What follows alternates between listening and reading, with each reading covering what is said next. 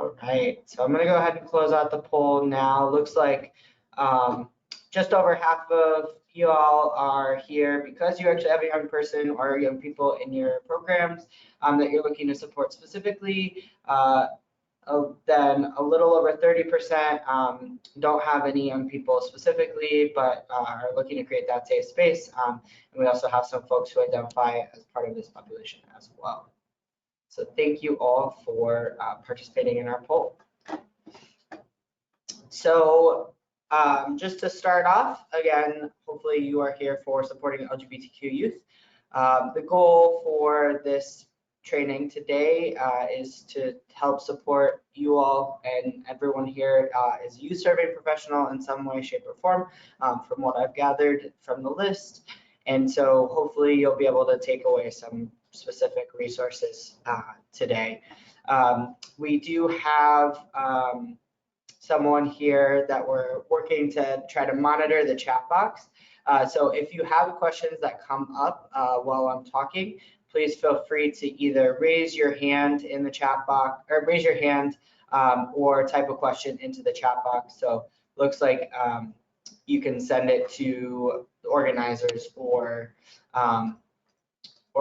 MMP staff, I think specifically on there, or to the entire audience if you want folks to see your question.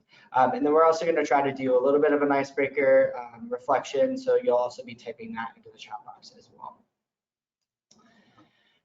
So before we get started on the content, I did want to just give a bit of an overview about mass mentoring. So my name is Cameron Fear. I use he, him, his pronouns, and I'm the manager of training and technical assistance here at Mass Mentoring Partnership. I know quite a few of you who are on today, and if I haven't met you yet, hopefully we'll get a chance to meet in the future. I have been kind of doing this work specific to supporting LGBTQ populations in training at Mass Mentoring since I came on board, and we've kind of had more of a focus in the last year and requests from programs about this topic specifically. So we're definitely kind of looking at what does the field need and what other supports can we provide. So hopefully this is just a start to that conversation today. I know a webinar and an hour and a half is not nearly enough time to cover kind of all of the things and resources that you might need, but hopefully this is the start to that conversation. And this is the rest of our team here at Mass Mentoring as well. So we have Milani and Miguel, who are both kind of focused in specific areas of Massachusetts. We work across the state. Milani is out in Western Mass. Miguel is our newest member of the team, and he is focused in Boston, specifically Dorchester, Roxbury, Mattapan, as well as the North Shore, Lynn Lawrence, in Salem. And then my colleague Janine, who I do trainings often and TA often with, as well as Beth Fraster, who is our Chief Program Officer. So you may come across some of these folks in additional and other trainings that you may be doing with Mass Mentoring. So I want to go over just a little bit about who we are and what we do. So we really use this framework called relationships in action. And so anywhere where youth-adult relationships are happening across the state of Massachusetts is where we want to be and where we want to be able to make an impact. And we do that in a few different ways. So first, by kind of assessing program needs and where programs are at, whether that be programs that are just starting out and kind of getting off the ground in terms of program operations, program management, what does relationships look like in programs, and even like development of program pieces like logic models and things like that, to programs that are already kind of running as well. So just really assessing the needs and figuring out what we can do to best support. And then we really look to build capacity. And so that looks kind of a couple of different ways for us. First and foremost, through training. So trainings like this and webinars. We'll do trainings for broader audiences across the state, as well as coming to organizations specifically to do training. So that's where that assess to build piece kind of comes in. We also do technical assistance or consulting work with programs specifically to meet needs. We also actually have, and I'll talk a little bit more about this at the end of the webinar today, an AmeriCorps program. And so that really, we have 20 to 25 members that we're sending out into the field of specifically mentoring programs or within broader youth development organizations to really build capacity of organizations. And we're actually collecting proposals right now for AmeriCorps members, RFPs. So definitely, if you're interested in that, hopefully we'll be able to connect as well. And then we also advocate, so we have a lobbyist on staff, and actually that down below in the bottom corner is our CEO, Lily Mendez. So she's there at Youth Mentoring Day advocating. We also have a lobbyist on staff to really think about how are we making the importance of relationships aware, bringing awareness to the broader communities and our local government officials, getting them to care about that, think about how that impacts the broader community. And then we also connect. And so connecting for us looks a lot of different ways, but we know that you all are in the field doing this work on a day-to-day. And so while sometimes, you know, with training and things like that, we're bringing some content knowledge, we know that you all are doing it on the ground and kind of understand and know the best practices and have strategies yourselves. And so we want to make sure that we're bringing folks together to kind of talk about those strategies and what you're doing to support each other. So just in terms of today, what we're going to do, so this is our welcome, and we're going to start by kind of talking about some terminology, making sure folks are on the same page. You may have already done some of that because you have young people identified this way in your programs, you know, but we want to kind of lay the groundwork for that. Thinking about that, we have some really great research about young people in Massachusetts and kind of the experiences that they're having. So we're going to go over some of that research and then give you some strategies and tools for creating safe and supportive environments. So some of the goals today really to start that awareness about the challenges that LGBTQ youth face, both through kind of understanding definitions, but also taking some of that research. And then learning how that research then informs providing those services. We'll look at some of those challenges or give you an opportunity to talk about some of the challenges that you may be experiencing in your programs, and then to also gain insight into some program practices, right? So really give you an opportunity to think about what are some strategies that I'm taking away. So just some housekeeping things before we jump into our icebreaker activity. So you all will be muted for best sound quality, but again, if you have questions or want to raise your hand throughout, please feel free to do that. Pretty flexible. Sometimes I know with webinars, you're just kind of listening, but we definitely want you to engage with questions. I think especially around this topic, there are questions that come up, so we want to create that space for you to be able to do that. And by doing that, you'll type those questions into the question box. After the webinar, you'll receive the presentation slides and resources, and also will be sent an evaluation for the webinar. And then I do just want to mention, again, I mentioned this already, but we'll mention probably several times throughout, an hour and a half is not nearly enough time to cover this topic. It's pretty broad and wide ranging. And so, you know, there will be some limitations just in terms of what we're able to cover today. But again, I hope that this is just the start of the conversation, and happy to kind of keep providing and think about specific resources or support that you may need specific to your program. So you'll have the opportunity to reach out to me beyond this webinar to continue that conversation. So for our icebreaker today, I'm just going to provide some reflection questions, give you all some time, and then if you want to type responses into the chat box, again, either for us to share out or for other folks to see, that's kind of how we're going to lead the icebreaker today. So in thinking about kind of our own personal reflection, I think starting when we're thinking about this population of LGBTQ folks and young people specifically in our programs, it's important to start to acknowledge where our own internal bias may be around some of these identities and groups, right? Especially if you didn't necessarily have a lot of LGBTQ identified folks before you had these young people in your programs, what that kind of social awareness or understanding of this population may look like. So we're just going to take a few minutes here, and you can either just kind of think about the questions or write them down, do some writing reflection, or again, we'd love to have some participation in the chat box. But the first question being, when you were growing up, what messages did you receive about LGBTQ folks? So that may be from your family, from media.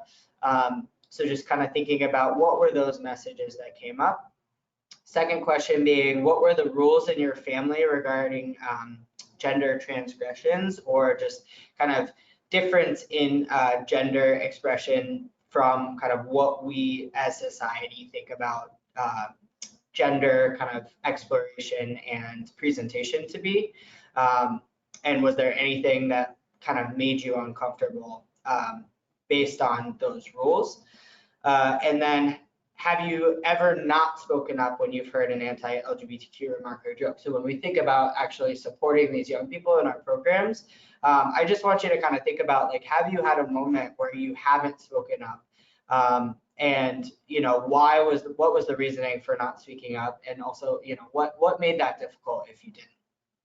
So we're just going to take a couple of minutes here just to reflect, and then I would again invite you to feel free to type it into the chat box. You can select either entire audience so that most folks are seeing this, or you can just send it to us, and we will kind of relay out the general message of what you're saying.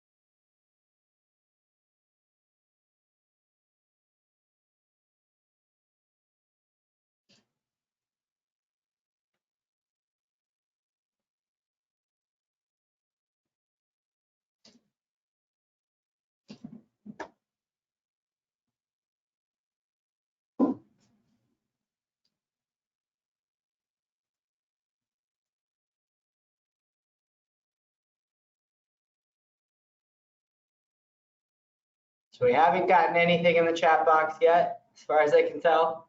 So again, feel free if there are specific messages or things, even like briefly that you want to share, that would be great.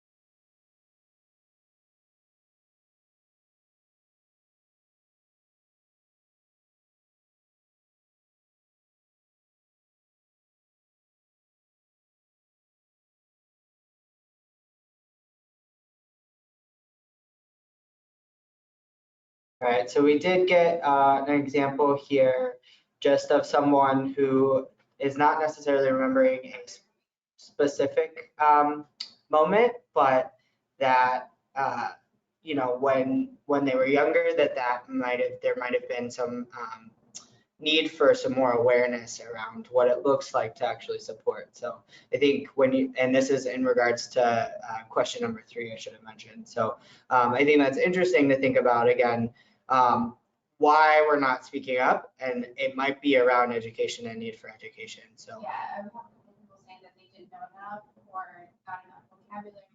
Okay, yeah, so it sounds like we've got a lot of folks who are kind of saying similar things around kind of not knowing enough, not having that vocabulary. So hopefully we can start to get to some of that today and thinking about that understanding. And again, I will be available as a resource afterwards too, to kind of keep talking about and thinking about that. So hopefully this kind of gave you the opportunity to reflect again on some of the experiences that you had growing up. I know that there were a lot of messages for myself that I kind of heard. And I think for me, actually specifically more so around sexual orientation. So I grew up at a time when like "that's so gay" was very much a slur, and you know, I had varying degrees of teachers that were addressing that and teachers that were not addressing that. So for me, kind of the messaging was negative and was mostly around sexual orientation. And I don't feel like I got a lot of messaging kind of around the gender identity pieces. And I think the rules in my family were definitely different from kind of the rules more broadly and for different parts of my family. So my parents were both people who kind of didn't have the same societal norms and around gender and gender identity and gender presentation, but other members of my family kind of did have that expectation. And so there was definitely some tension in my family around those conversations growing up and actually experiences that members of my family had. And there definitely have been times for me that I haven't spoken up. And I think that that is more kind of around anxiety in terms of my own identity and orientation. And I think that's another piece to kind of think about here. So both having or not having the language, but also what does that mean for you and who you're bringing yourself to the table and how you're kind of having response to some of the things that are happening, especially around bullying and thinking about that in terms of programming. So thank you all again for participating in that. So I want to jump into just thinking about some terms. And we'll I will point to, so there is a supplement for an LGBTQ supplement for the Elements of Effective Practice. So the Elements of Effective Practice is a book specifically for mentoring programs. It's a research-based kind of guide for how to run programming. And they have various supplements to the elements. I know that not all folks on this webinar today are part of mentoring programs, but I think this supplement is still really helpful in terms of thinking about how you're supporting LGBTQ youth in your programming, because they pulled together lots of different organizations and consultants in terms of thinking about what support really looks like. But I mention it here because they also have a list of very extensive list of terminology and up-to-date terminology in terms of thinking about the LGBTQ population. Another thing that we know at Mass Mentoring as we've done these trainings is that people get really anxious and nervous about saying the wrong thing. And so, you know, you can never do enough research. And so I think this is a really great place to start in terms of what kind of the terms, the up-to-date terms are now. But what I will say, kind of going back to this idea of the gender unicorn, and we'll go into this in more expansively here in a second, is that, you know, a lot of times people are scared to make a mistake, and then that doesn't allow them to ask the question. And it's okay to ask, right? There are certain ways to ask kind of how someone might identify, but the ask needs to be there, right? And so there are ways to ask that question, but by not asking, we're not allowing in people to kind of show up in the spaces in a way that and bring their full selves to the table. So I think that ask is really important. We'll talk about that too in terms of strategies. So I just want to kind of briefly go over some ideas to frame the conversation today around kind of the difference between gender identity, gender expression, sex assigned at birth, and then kind of sexual orientation or attraction. So this unicorn is one that we use a lot, and other organizations kind of have either they use this or they have kind of similar ways of talking about gender and sexual orientation. But I think it's really important because we have this huge umbrella term of LGBTQ that's pretty widely used now, but we don't necessarily always separate kind of those different letters out. And so I think it's really important as we think about really allowing young people to kind of explore their own identities, that we're not just conflating all of these things together. So I'll start with kind of at the top, you'll see gender identity. So gender identity is really like in my head, what I view myself to be and kind of how I see myself in my mind. And so that would be kind of, there are lots of different gender identities, right? The traditional gender identities that we're thinking about are like male and female. Another identity that you could have, maybe gender identity that you could have might be non-binary. Another gender identity that you could have might be transgender. And so you'll see in this category, gender identity, the rainbow is kind of in the thought bubbles coming out of the unicorn. So again, that's like what I think of myself as, and you'll see there's kind of like these three scales, either 0 to female, woman, 0 to male, man, boy, and then kind of 0 or not identifying to other genders, right? So initially this unicorn, and it's changed over time. I think this is like the 4th edition of the unicorn, but initially the kind of gender identity was on this scale of like male to female, and like people would fall in between. But now kind of as we gather more language and knowledge, and folks are able to really kind of identify themselves, there's kind of this emerging other gender, and what does that look like? And that was kind of outside of this spectrum of male and female. And so this is the way that they've chosen to visually represent the fact that there are, you know, you could identify as not having a gender at all to having another gender that is not within that male or female binary. Or you could kind of fall somewhere in between. Maybe I don't fully identify as female or male, but I also don't identify as not having a gender or another gender. So it kind of allows for these scales to be bigger and broader and more in this kind of like universe, which I know, right, sometimes is hard for us to think about because it really goes against kind of our societal norms and understanding of this male, female. You're either born male or you're born female, and that's how people identify.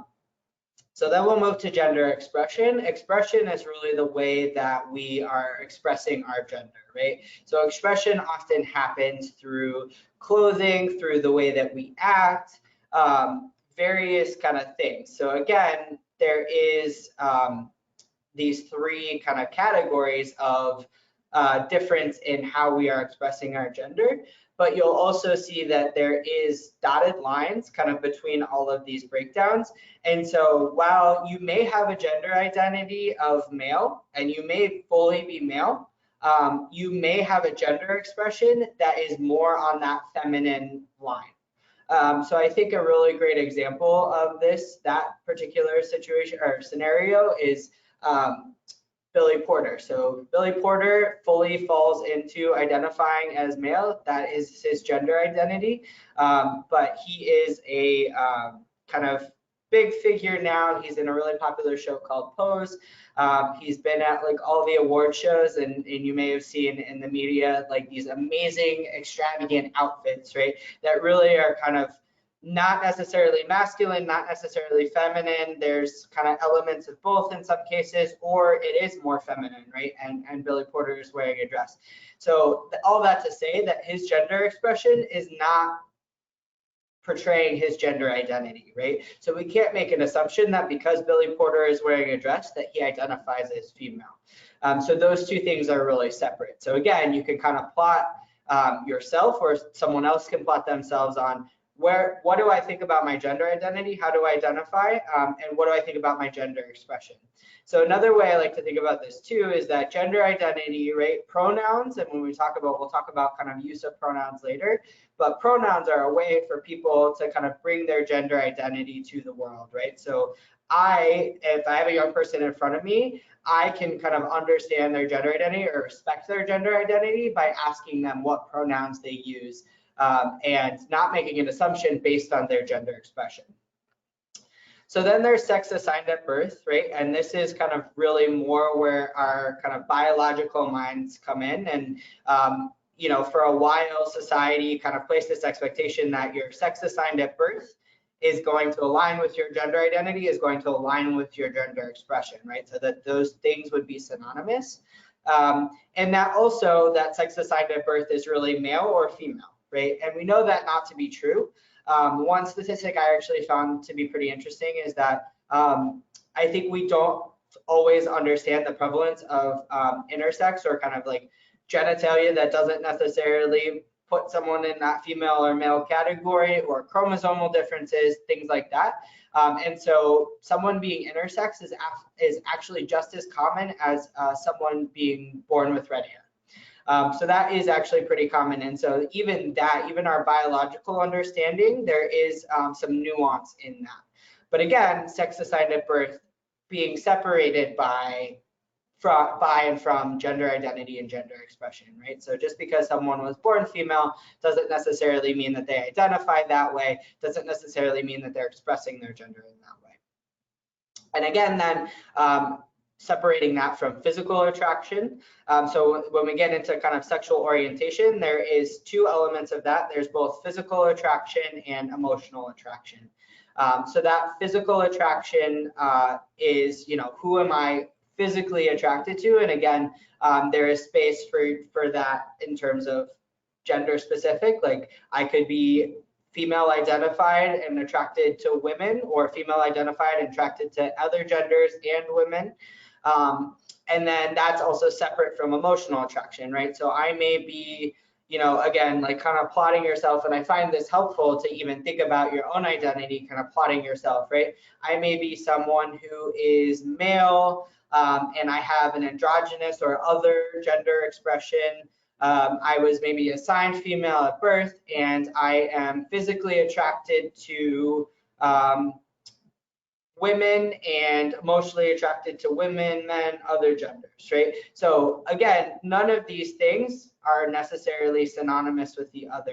And I want to point out too, like I think oftentimes when we're thinking about this umbrella of supporting LGBTQ youth, our framework for that is really around supporting sexual orientation. And sometimes we also make assumptions based on someone's gender expression, right? If they are born male and they express themselves in a feminine way, that we're making that assumption that they are physically and emotionally attracted to other men, right? We are putting that sexual orientation, which really, does a disservice for our young people, because it doesn't allow them to really explore their identities fully, and kind of talk about themselves and who they are. And we see this a lot, right? A lot of young people who are kind of experiencing things around gender identity and gender expression, oftentimes are starting at the place of sexual orientation, especially because they may kind of have those societal expectations and pressures around defining sexual orientation first, when really in reality, what they're defining is more so around their gender identity or gender expression. So I'm just going to pause here for a moment to see if anyone has kind of any questions around the difference between these things, or any need for any more explanation.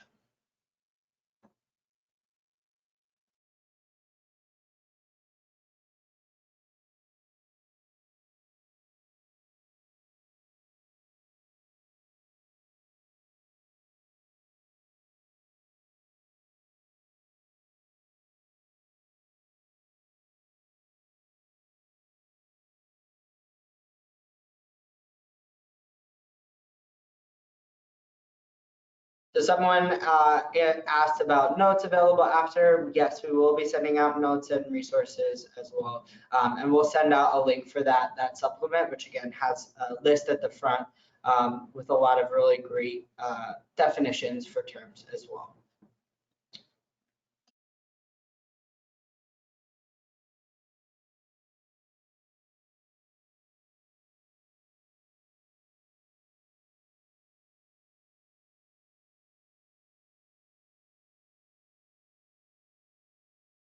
take about 30 more seconds here again. If you have any questions, even beyond this, something comes up as you're thinking about it, feel free to type it in the chat box, and we'll make sure to either try to answer it or send a response back out afterwards.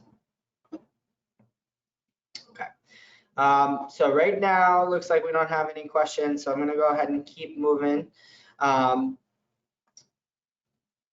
And just think about specific to Massachusetts, what some of the research is. So I think one of the great things about Massachusetts actually is that we have a lot of supports in place for thinking about how we're supporting LGBTQ youth. One in particular is the Massachusetts Commission on LGBTQ Youth. So this is through kind of the broader Department of Elementary and Secondary Education. And it's actually the first and only entity of its kind in the country. And it began in 1992, right? So it's been around for a long time as well. And it began really in response to high suicide rates among gay and lesbian young people, right? And you'll notice I say gay and lesbian, and that was specific to just thinking about sexual orientation, right? At that time, we didn't really have this kind of national narrative and conversation around gender and gender identity. So just some things that kind of have happened since 1992, since the commission started. So we did see from this commission, in part from this commission, suicide rates have fallen. And Massachusetts, again, is really leading the nation in LGBTQ youth supportive policies specific to including guidance on supporting trans students, both in and out of schools, as well as a policy on LGBTQ youth in the juvenile justice system, which was adopted in 2014. So those are a couple of things that in the state we're really leading on as well. And so we do have resources, right? There are resources that are available, and people and folks thinking about this probably in your own communities too. There are though still many issues that have remained unchanged since 1992. So I think it's important to note those as well. So conversations with youth serving professionals reveal that the physical and mental health, safety, and housing stability are also really pressing issues. So we'll go into those a little bit more. And while there are health outcomes that have improved for all youth, there's still a lot of disparities that remain with LGBTQ youth, specifically higher rates of substance use, school bullying, sexual violence, homelessness, and poor physical health and mental health outcomes. And then you look at kind of the differentiation with trans youth, youth of color, and youth experiencing homelessness, and the data becomes kind of more substantial for the need. So over the past 3 years, the commission has released reports that provide an overview about LGBTQ youth and also recommendations based on the Massachusetts Youth Risk Behavior Survey data. So we're going to go into looking at that data a little bit further, and then the recommendations that the commission has made. So as you're thinking about the young people in your program, hopefully this will give you kind of a background and understanding of what they may be experiencing, what they may be, how they may be identifying what they may be experiencing, right? And then we'll think about some strategies to round out the day. So again, the Massachusetts Youth Risk Behavior Survey. So this is their youth risk behavior surveys that are happening all over the country. Massachusetts is pretty good about being able to collect this data. And so there's the youth survey, which is specific to high school students. And then there is the youth health survey, which is for middle school students. And so those are conducted every 2 years and monitor health indicators, behaviors, and risk factors contributing to leading causes of morbidity, mortality, and social and academic problems among adolescents. And so the most recent youth risk behavior survey was from 2017, and so the recommendations from 2020 from the commission are based on this data. So in this data, there were 15.2% of youth that identified as LGBTQ overall, 14.3% as gay, lesbian, bisexual, or not sure, questioning. So again, that falls under sexual orientation. 2.9% that identify as transgender or questioning gender identity, which again, that number is actually a lot larger than what we have understood nationally in terms of young people in that category. So those numbers kind of prior to recently, well, so I'll say this, transgender and questioning gender identity was not part of the Youth Risk Behavior Survey. So that is a newer thing to be added. So we're actually now able to collect data on how many young people are identifying that way. So it's not necessarily that more young people are identifying that way, just that we are collecting that data now. So it has been based in the past off of this number around kind of older adults, well, older young adults, so more in the like 20s range. And that number has been like just under 1%. But actually, you know, what we know about young people in Massachusetts, it's a higher percentage, right? So as we think about supporting specifically questions around gender identity and gender, that number being higher, and for us to just be mindful of that. And then 78% of transgender questioning youth also identifying as LGBTQ. So again, that is a high percentage, but also there are still young people who are not necessarily identifying with that sexual orientation piece of the umbrella. So those are important distinctions. And then when we also look at kind of the breakdown of gender, and I think so this gender question was limited in the Youth Risk Behavior Survey. So unfortunately, they could only look at male and female, but in terms of who identified it with the sexual orientation category, so 20% of females identify as LGBTQ, and then 10% of males identify as LGBTQ. And then there were different percentages of youth who have said they were LGBTQ across varied racial and ethnic groups. So 14% of white students, 12% of Black students, 18% of Hispanic/Latinx students, 12% of Asian students, and then 22% of multiracial youth.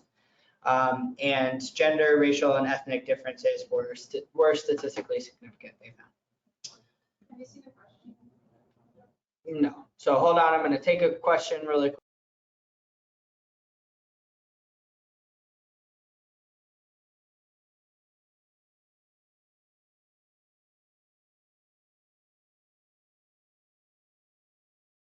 So there's a question around kind of looking at the intersection of disability. We can send some of that out. I'm not sure that the commission has broken that down specific to the research and their recommendations, but that is definitely something that we can look into and see if we can send back out. I don't know that answer off the top of my head.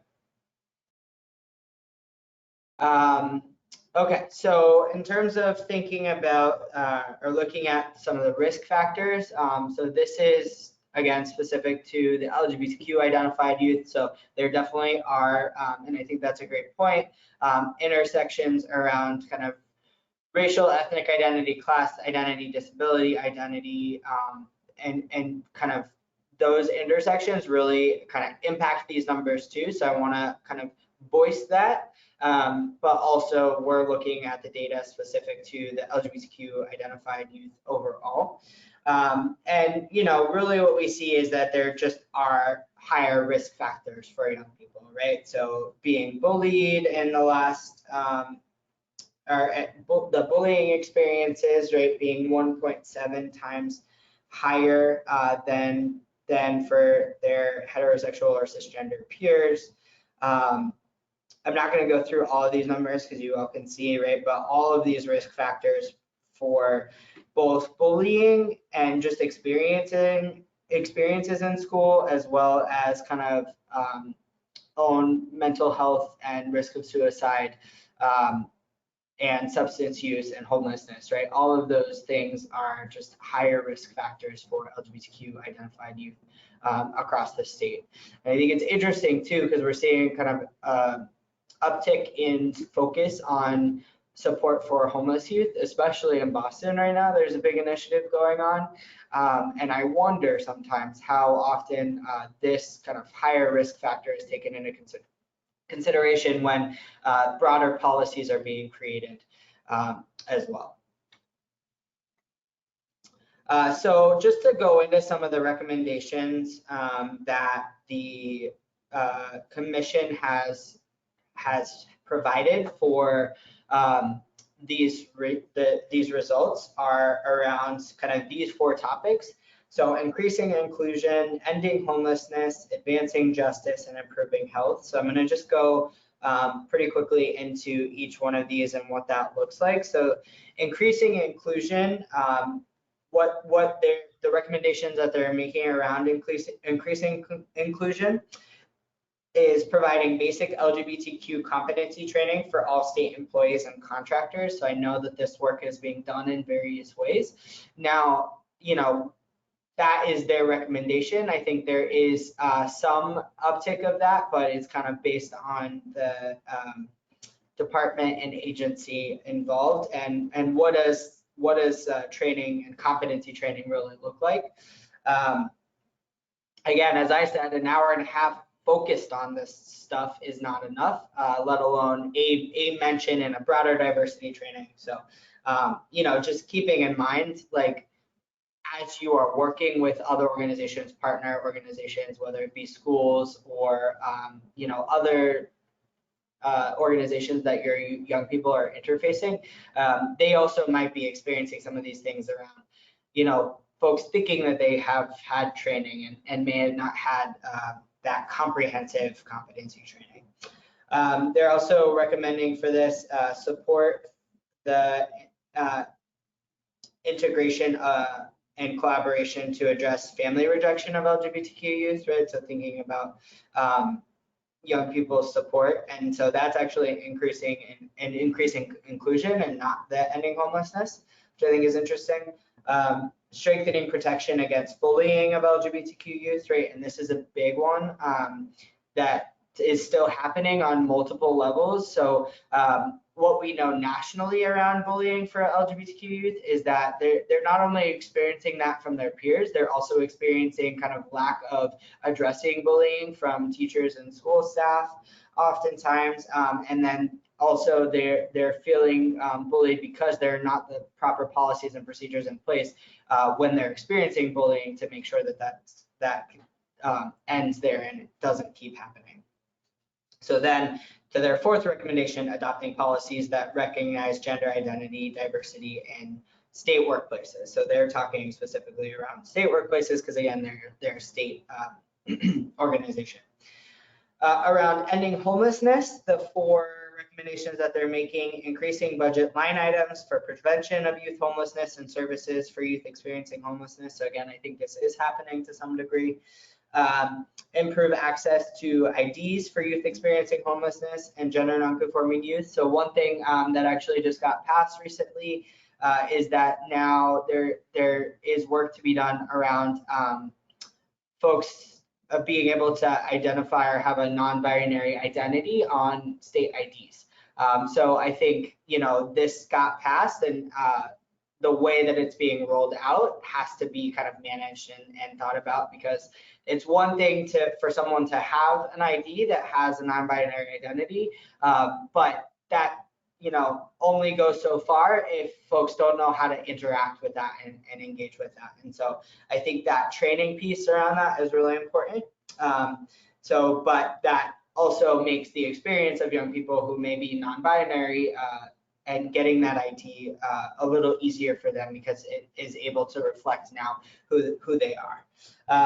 Creating a Bill of Rights for people experiencing homelessness, increasing LGBTQ participation as ambassadors and respondents to the youth count, and then prevent families and individuals from experiencing homelessness. We'll move to advancing justice. So increasing collection of data on sexual orientation and gender identity to identify and reduce disparities throughout the juvenile and criminal justice systems, right? So there is a lack of kind of data collection on who we know in terms of supporting LGBTQ youth in the juvenile justice system. So that definitely can be strengthened. Decriminalizing consensual sexual relations among parties close in age and issue guidance on reporting consensual sexual relations between minors. Adapt the sexual orientation and gender identity or expression guiding principles developed by the Juvenile Detention Alternative Initiative, JDAI. And then support legislative initiatives to improve the juvenile justice system. And then finally, improving health, right? Ensure that comprehensive, age-appropriate, and LGBTQ sexual health education is taught in every school district and supported with adequate funding. I think this is a piece, this is a place that also youth development organizations really have an opportunity to make an impact, right? If it's not happening in the school, you may not be kind of beholden to the same standards as the school. So thinking about, you know, how you're talking about sexual health education, what that looks like in your programs. Ban the harmful and discredited practice of conversion therapy. Increase funding for HIV line item that provides critical services for LGBTQ youth, particularly LGBTQ youth of color. And improve access to critical reproductive and sexual health treatment and services. Oh, and then there's actually one more, which is improve the quality and availability of mental health care, right? So I outlined these recommendations in part so you know kind of the experiences of young people, what the commission is pushing for based on kind of the research that they've been able to do, but also for you to think about what can you do in your program, right? And I think, you know, sometimes programs have this really great opportunity to be able to provide resources outside of the school that where young people's needs aren't being met. So as you're kind of thinking about what recommendations, you might also be thinking about, okay, what are some of the things that we might be able to do or already doing in our programs, and how are we tailoring it to specifically to LGBTQ youth? Okay, so I'm going to move into some strategies as we're thinking about this. So this is just kind of a guide as you're thinking about supporting LGBTQ youth, and there are kind of varying levels to this. So first, really being around, right, this is like if I'm want to create a safe and supportive environment, these are just some strategies to think about and kind of how they're broken down. So first, in terms of thinking about it, is addressing climate, and then structure of the organization, and then culture. So you'll notice, right, that there's kind of a pyramid here, and while culture is the biggest section of the pyramid and probably like the most important and really what you want to get to, you can't really do that without climate, right? So climate starting at the top, and there is kind of a way of doing and thinking about these things. And so part of what you should be thinking about as I kind of go through each of these pieces is where your organization might fall, what are some things that you're doing already, and what are kind of the next steps, right? So we often talk about and make the recommendation that, you know, you're not going to turn, like if you haven't gotten trained as an organization yet and people are kind of all over the place in terms of what they're thinking about, and there's a kind of a varying climate, you're not going to have a culture tomorrow of really being the most safe and supportive and accepting environment for LGBTQ youth, and you shouldn't have that expectation.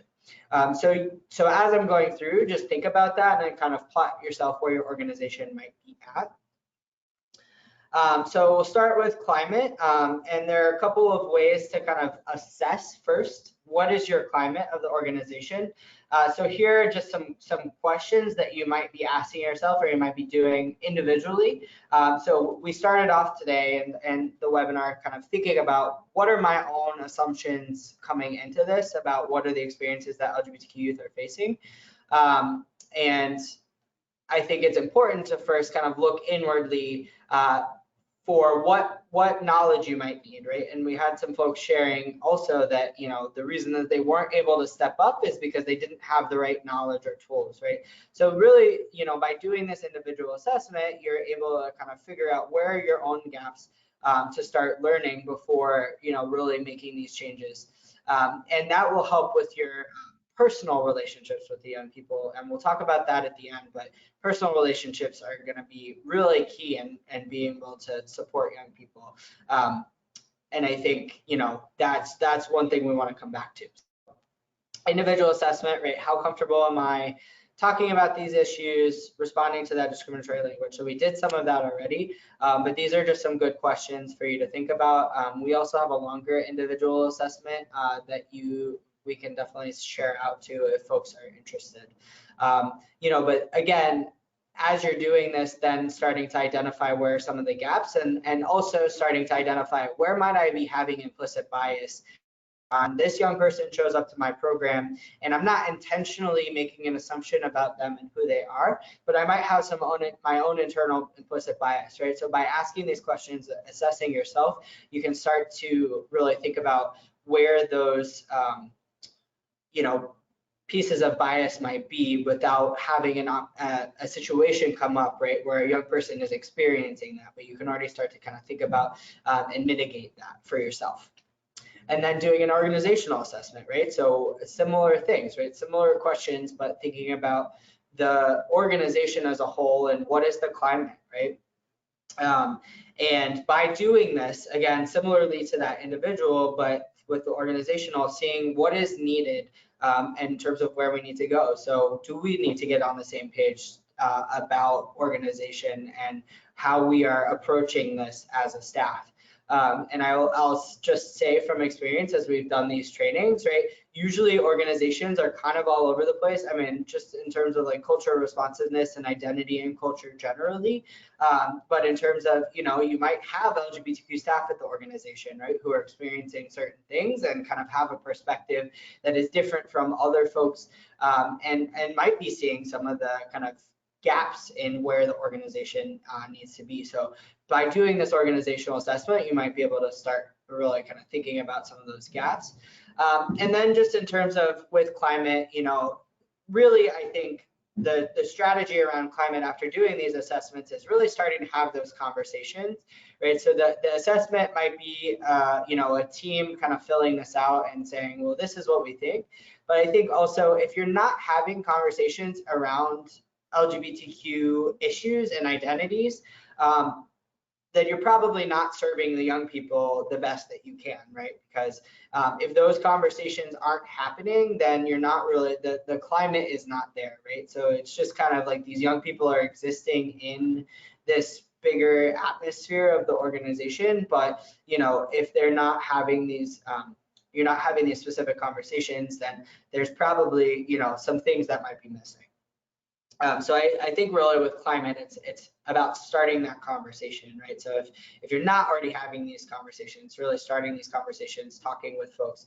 And one of the ways that we've done this here at Mass Mentoring even is like just having conversations around like pronouns, and we'll talk about pronouns in a minute, but if someone needs help in terms of really being able to practice using the right pronouns, because that's still a new thing for them, that's part of the climate piece. Is I in my individual assessment recognize that I might not be great at using pronouns that differ from he, him, his, or she, her, hers.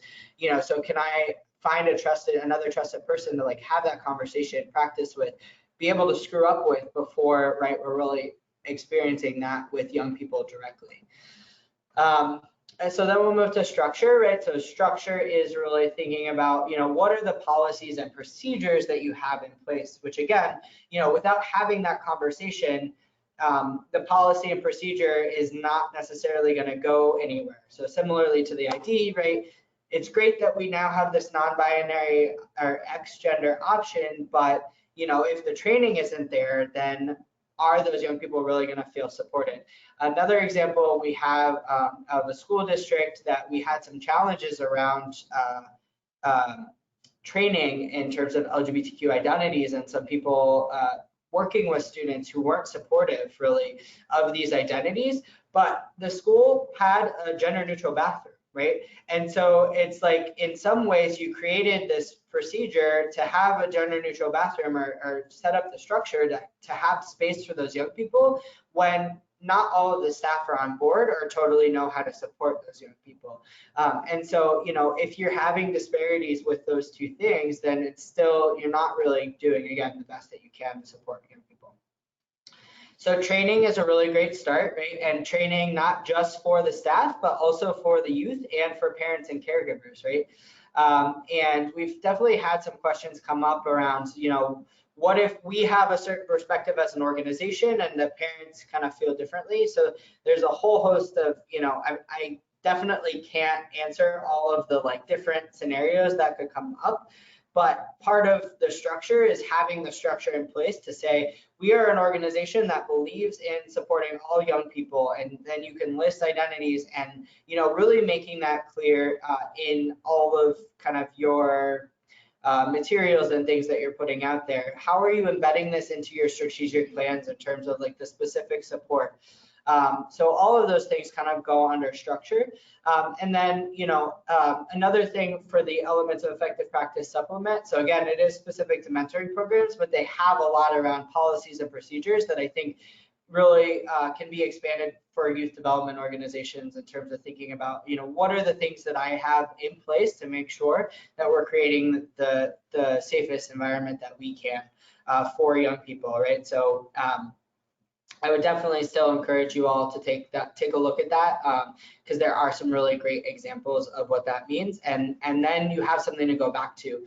And we say this to try to get as comprehensive as you can with your policies and procedures before something happens. A lot of times organizations kind of don't do the background research that they need to, haven't done that climate piece first to think about what might be missing.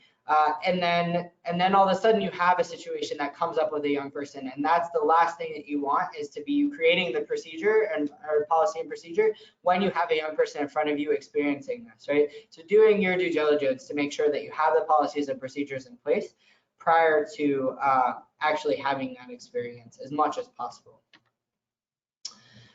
So some of the examples of policies, right? Again, as I said, that non-discrimination policy specific around bullying, right? We know that this population experiences a lot of bullying. So what does that look like? And even what is the solution to when discrimination happens, right? So what is the response to that bullying language? Confidentiality is a really big piece around this population too. So, protecting that information and not accidentally outing young people either to their peers or family and caregivers. So how is the information shared, right? Thinking about that and really having a procedure and a policy that protects that. Guidance for how program staff, might talk to parents about it, right? So you're maybe already thinking about that ahead of time and really coming up with, as an organization, okay, what happens when we have a young person who identifies one way and maybe their caregivers aren't supportive? How are we going to talk about that? What is that conversation going to look like? And then also really, and I think this last one is really important, but how does the program define practices related to fluidity of LGBTQ youth, right? So we talked about the difference between gender identity and sexual orientation and all of those things at the start of this, but also acknowledging that young people in adolescence are trying on lots of different identities and participating in identity formation. And so there might be fluidity, right? A young person one day might identify one way and then the next day come in identifying another way. So what are your practices to make sure that you're allowing for that fluidity to be in play in your organizations and allowing young people to explore that, right? Because if we give them the space to do that safely, then we know that we're going to be able to reduce maybe some of those high-risk behaviors because those are places where they get to kind of experience that, right? So if we're creating that space in our programs, we're able to maybe reduce some of those risk behaviors as well. But then also having a procedure for how you might be updating records over time, right? So not just a policy in terms of program practices, but what does that look like in terms of their forms and things, right? Because we might collect it at the beginning, but if we don't come back to it and young people are kind of changing, right, then how is that information getting relayed to other staff members of the organization as well? So those are just some examples of some policies, but again, there's a more comprehensive list in the supplement, which we'll send out afterwards.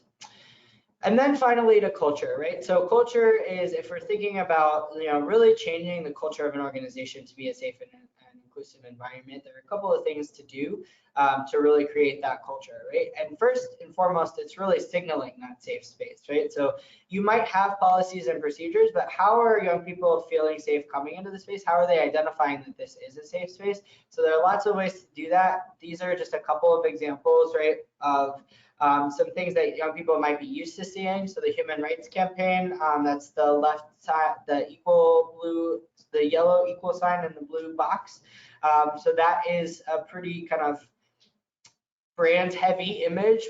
When people see that, they might have kind of some experience of, oh, okay, I know that this could be a place that I can be myself in.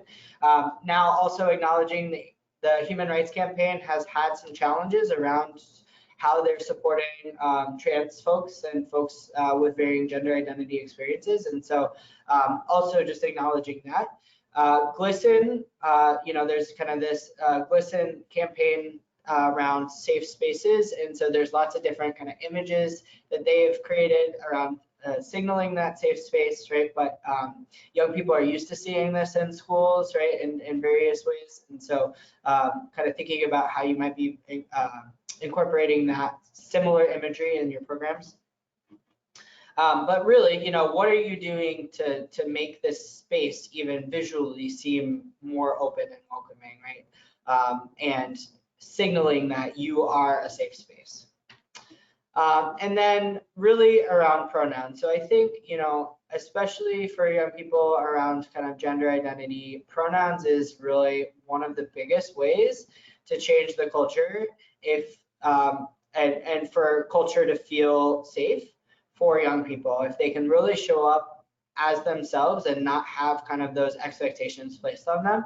And this is something that we are finding to be pretty challenging for programs right now, and this is a big piece. And so there's a lot of research now coming out about actually just using the right name and pronouns with young people around gender expression and gender identity can have such a significant impact on their overall quality of life and kind of feeling in the program. And so I cannot underscore or emphasize enough how important pronouns are.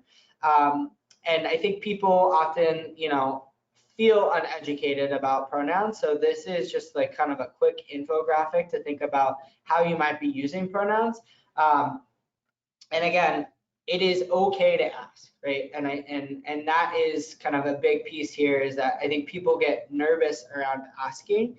But by asking, that kind of signals to someone that you cannot actually tell someone's pronouns by looking at them. So you're giving them a voice and a space to be themselves.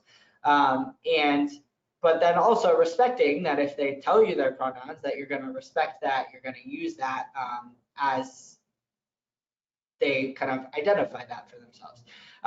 Now, I think it's also respectful to think about, okay, so you are going by this name and pronouns here in the program.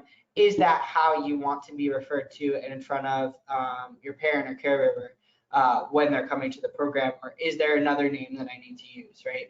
And so respecting also that confidentiality piece and acknowledging that young people may be different names and different pronouns in different spaces, right? So even with their peers. So kind of understanding that respect at varying levels of that young person's life and spaces that they're in. And then, like I said, practice, right? I think oftentimes people kind of get tripped up on pronouns because it's not necessarily something that we've had to think about in the past. But practicing as much as possible, and how are you practicing within the organization, right? So there is so you can Google. There's actually some digital platforms and games where you can actually practice typing in someone's pronouns. So similarly to learning a language, right? I think learning pronouns and learning pronoun usage is just about practice. So really making the intentional goal to practice that, and also how are you creating that culture among colleagues as well within the organization. So changing the culture might be, how are you asking for pronouns at the start of your program, right? How are you talking to mentors and volunteers about how they're using pronouns or their understanding, right? And giving people the opportunity to practice. And one of the things we know about pronouns too is that young people are actually kind of leading the way for pronoun usage. And so I have seen a lot more pushback from programs and adults around using pronouns other than he, him, or she, her. And whereas young people are able to take this on a lot quicker. You say like, this is my pronouns, this is how I use it. They do, and it's just something that's easier for young people these days to kind of grasp. And so oftentimes I actually see the holdup being with the organization or with the adults. So again, I cannot underscore just the importance of even just using the correct pronouns and not making assumptions about young people and how much of an impact that can have on the overall culture of the organization in terms of creating these environments.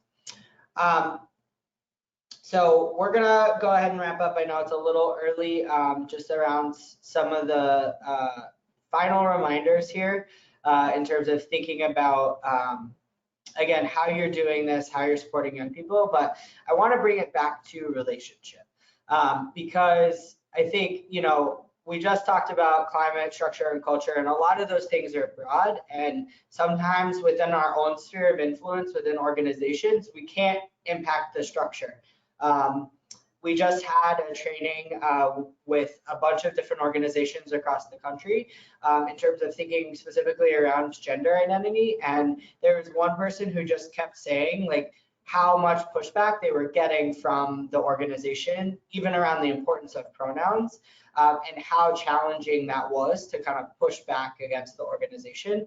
And so I want to acknowledge that not everyone has a sphere of influence within the organization, to change the overall safety of the environment for that young person. But you do have the power of personal relationships. And so this graph here is based on research that the Trevor Project has done. So the Trevor Project is a national organization specifically with the target of reducing suicide rates and attempts among LGBTQ youth. So they're really great. They have a suicide hotline for young people to call. They have an online social media platform. They do a lot of research. And so they just produced research and they showed that LGBTQ youth who report having at least one accepting adult were 40% less likely to report a suicide attempt in the past year. So this is like new research. And nearly 80% of youth who completed the Trevor Project's national survey on LGBTQ youth mental health reported disclosing their sexual orientation to at least one adult. Among those who disclosed to at least one adult, 79% had at least one adult who was accepting of them. Over 1/4 of LGBTQ youth did not have at least one adult accepting in their life, reported attempted suicide in the past year, right? So all of this to say that your personal relationship with a young person, regardless of even your organization's ability to create environments, can have a huge impact in terms of the safety and well-being of that young person.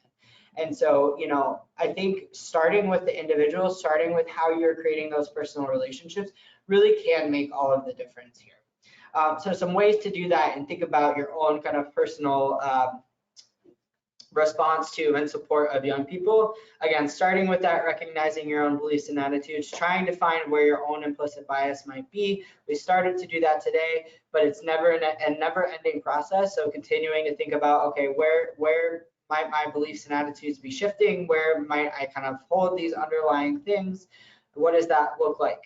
Not making assumptions about a young person's sexual orientation or gender identity, right? You can't always tell by looking at someone, and it's okay to ask someone how they would like to be referred to.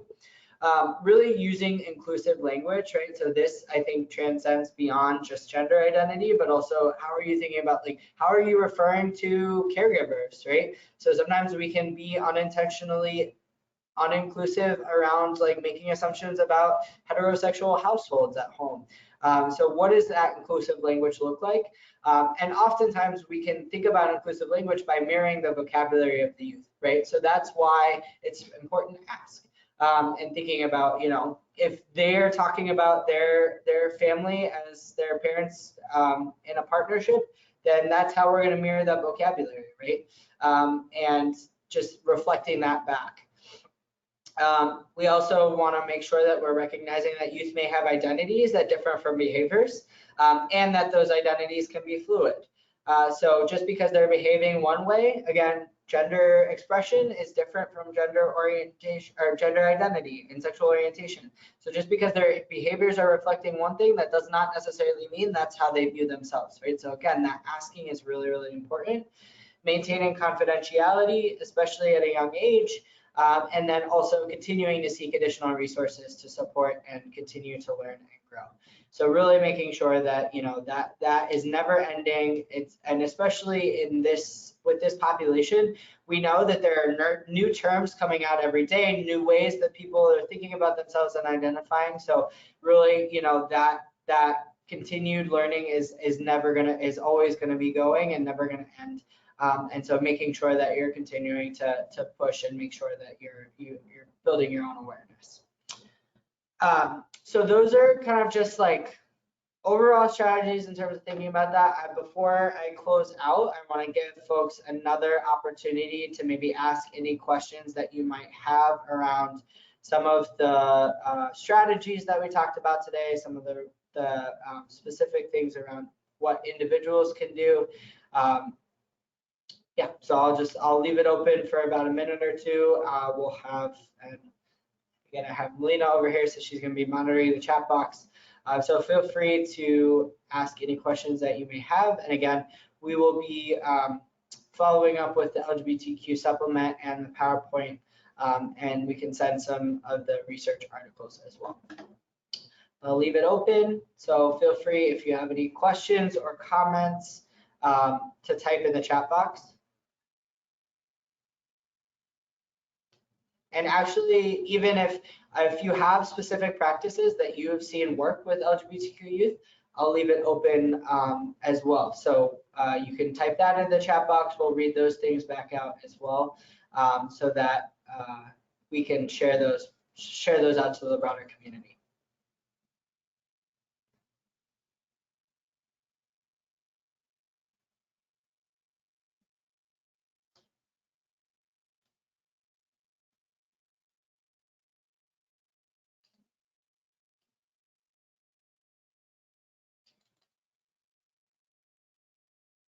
Thanks, coming in.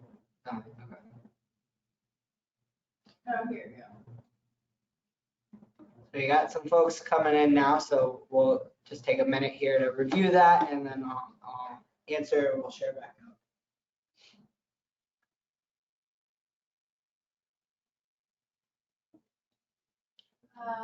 Working with a student who has body dysphoria and it's affecting their ability to maintain relationships, take care of themselves. Any suggestions? Is this suggestion? for the young person. Okay. So we have a question around a young person who has body dysphoria and it's affecting their ability to engage with kind of personal relationships. And so I think, you know, that is, there are a lot of kind of solutions to or ways to go about that. But I think really just continuing to have conversations with young people about kind of how they're feeling and what that means for connecting, right? So trying to get to some of those underlying conversations and, you know, not necessarily bringing that up until they bring that into the conversation. So you might ask some questions around like, how is it going? What are you experiencing, right? But leaving it to them to identify those things, right? And not putting it on them or making the assumption necessarily that, you know, I see your challenge as being because of your kind of body image and experience. And so, you know, allowing them to and continue to have conversations about that, and then make sure that, again, there isn't any bullying necessarily that's happening in the program. And I will say, you know, having those conversations, there needs to be trust and support already built into that. So you might not be having that conversation if this young person's new to the program. Any other questions? No. Okay, so I'll stay on for a few more minutes here, but for those who want to head out, I will just close out. And if there's anyone else, again, if you have specific questions to your program, so there might be some like specific things about how things are happening in the program or specific policies and procedures, or even if there's more training that you would like to see, feel free to reach out to me. My email address is on this slide here, cfear@massmenors.org. And I will say we're kind of thinking about how we're creating a learning community specific to supporting LGBTQ youth, because we've got a few organizations right now who are looking for that. And so also reaching out to me if you're interested in being part of that, or if you're kind of already thinking about these things in other ways. So a couple of things before we close out, just upcoming opportunities that are not related to this topic in particular. But I mentioned at the start, we host, if you're unfamiliar, an AmeriCorps Ambassadors of Mentoring program. And so that program is 20 to 25 AmeriCorps members that we send out into the field who are really building the capacity of organizations. So the RFP for that is out now. So if you're interested in learning more, feel free to go to massmenors.org/ambassadors. You can reach out to me or my colleague Janine if you have any questions about that. But it's really a great opportunity to have someone who's going to serve for a year, really to help out and think about different elements of your program. If you feel like you're needing additional support, we actually have one of our AmeriCorps members in here today. She's the one fielding questions, Melina. And so we also utilize AmeriCorps members at our organization as well. We also have some funding opportunities coming up. So just keep an eye out. The dates for those things are not solidified yet, but we have 2 scholarships, 2 college scholarships, the Kelly Award and the ALCU scholarships. So just keep an eye out for that. And if you're not signed up for Mass Mentoring's email communications, let me know, and would like to be, let me know, and we'll get you signed up, and that's where you'll see those opportunities come through. And then we have the Connolly Fund, which is a grant opportunity that we provide for organizations. So that will also be coming out soon, and the theme for that, so that's that we do that yearly, and there's usually a theme. So the theme for that this year is actually, it is the 10th anniversary of our late board members passing away, and so his family has put together this tribute fund. And so since it's the 10th anniversary, they are focused on 2 areas that he did a lot of work. One being in Boston, specifically South Boston, but they're opening it up to Boston overall, and then also work on the Cape. So if you are an organization that does work in either of those 2 areas, definitely keep an eye out for the Connolly Fund as well. So with that, I will kind of allow folks, you're welcome to leave the webinar today. Thank you for joining us. Again, if there are specific questions, because there are lots of scenario-based questions, or you're looking for more information on this topic, please feel free to reach out to me, and I will stay on for a couple more minutes if folks want to also type any additional questions into the chat box. So thank you.